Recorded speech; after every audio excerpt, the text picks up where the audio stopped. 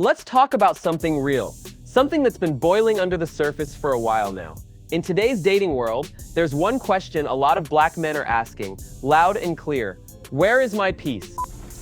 Hey sis, meet me on the porch. At this point, I need everybody to meet me on the porch. I need the black women, I need the white women, and I need the black men.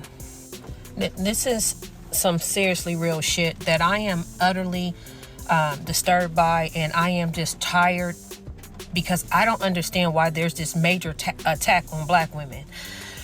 So this video, if it goes into a part 2, not a problem. I'm about to ram it up. I was in the barbershop today, and it was a young black male come in there. He might have been between that 22 to 24 age group. Very handsome, very, very handsome. So I believe he's might have just been coming back from college or graduating or whatever the case may be, because they were happy to see him when he came in. So he sits down, and so they're just talking, what's going on? And he's giving an update. He's graduated, he's got an engineering degree. Oh my God, I'm over there on the proudness. I'm in the background. I don't know him. I'm just kind of sitting down, listening to what he's saying. So the barber begins to get filled in on him. What's been going on? This thing, and he says, I'm coming back. I'm getting married. So everybody, great. And I'm so on the side being so nosy and over there like a proud auntie. I don't even know this young man, right? So they start to kind of converse amongst each other, and they're talking. And so the young man says, yeah, I'm having a little problem. It's a lot going on because I'm marrying a white woman. And my family, they're not too happy about it. Now, this ain't about choosing white women over black women or any race over another. This is about culture, about pressure, about expectation, because somewhere along the way, love stopped being a connection and started being a competition. Black men are tired, and not just physically, mentally, emotionally, spiritually. They're told be a provider, but don't show struggle. Be strong, but also vulnerable. Show ambition, but if you're not already successful, come back later when you are. And if you're not earning 6 figures, if you don't have your own house, car, savings, confidence, therapy receipts, and perfect teeth, you don't even qualify for the conversation. So, the barber and everybody was like, oh, well, to each his own and this, that, and the other. So the barber was just kind of speaking to him, and he said, hey, where'd you meet her? And he said, oh, I met her in college. And he was like, oh, okay, because, back in the day, you had all the girls. What made you decide that she was the one? Like, what made you want to marry the white girl or the white woman? No, with no disrespect. So what this young man said after that is what just literally took me out the game. As a black woman, as a black mom, in general. So he says that, he come from, of course, the hood and had a hard knock life, just with one mom and no dad, and that same shit. Like, don't nobody I hate the fact that is such a stereotype. We hate it too. But, so he goes off to say that when he went to college, it was a college that was mixed, but more so of a white college. And he start, meeting up with white friends. And, they introduced him to another whole world that he didn't know existed, And the young girl, she became a friend and then introduced him to their family. And when he goes over there, they're all married. The parents is married, and they have a really good home, and they do things together and they communicate. It's just a good energy, a good vibe. And this man said, I never knew this side of life. My life was always loud and chaotic and always disruptive with my family. Now look, black women have had to be strong for generations. That's real.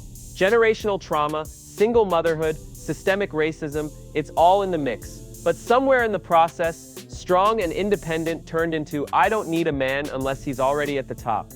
And that mindset, it's costing real connections. Meanwhile, some women from other cultural backgrounds, let's say it, white women, Latina women, Asian women, they're willing to grow with a man. They're raised in some cases to see relationships as partnerships. to say, "We'll build together," not "I'll meet you when you're done cooking." Kevin Samuels, rest in controversy, tried to say it. He told black women, "You want a high-value man, then you better bring high-value peace." But the moment he said it, the internet called him a misogynist, a hater, a traitor. Dr. Omar Johnson, who's loud and proud for the black community, once admitted it too. He said, "Snow Bunny will find a black man in progress. She will find him on the job. She will find him on the university. And that Snow Bunny will see a black man with potential and she will invest in him." Big reason why these snow bunnies are running off with black men is they're meeting them when they have nothing, but they believe in their vision. And black women are waiting for him to cross the finish line. And by the time he crosses the finish line, the snow bunny then snatched him already. I would much prefer the idea of being with a man who doesn't have everything and working with him and building with him so that he gets everything and that he becomes everything he wants to be, with me by his side and with me supporting and helping him. And that idea is so much more appealing to me than me just going after a guy who already has everything. The snow bunny will meet a black man where he's at in life and help him level up. But when a black man says that, he's called self-hating. So where does that leave us? Black men want love, real love, but they're navigating landmines, constant criticism, zero grace for growth, and social media videos filled with women saying, "If he can't buy me a Chanel bag, he's broke." Or, "If he can't take me on a $300 date, I'm not going." Meanwhile, he's just trying to get his credit up and not have a panic attack on the job. This ain't about bashing anyone, but we gotta start having honest conversations. If all a woman brings is expectations and no empathy, what's a man supposed to do? So the young man said, you know, he would go over there and they would go on vacations. They would have Sunday dinners. You know, when they had cookouts, there was no fussing, no fight, no arguing. It was just all love and vacations. I was thrown at what this young man was saying in regards to what he seen and what he witnessed being with this young lady and this new side of life.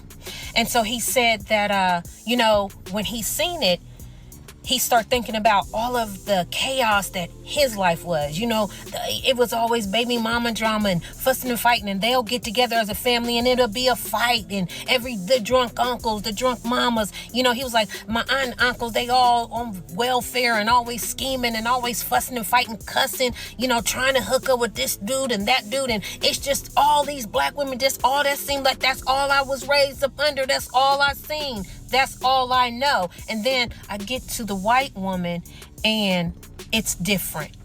And what he said after this is what really broke me. He said, you know, it's like when I came home the last time, he said, and I was in my family's event, it was nothing but chaos. He said the women, they in house shoes and bonnets, you know, they ghetto acting. He said, and I love them, but I don't love it. And he said, being with my white girlfriend, fiance, and her family, he said, you know what it's like? And this is what got me, ladies. He said, it's like if you're in a crowded room and you're surrounded by chaos and just everything, and everything is just chaotic and noisy and loud and disruptive, and you take some headphones and you put the headphones on and you can drown everything out, because when you put the headphones on, it's quiet and it's peace.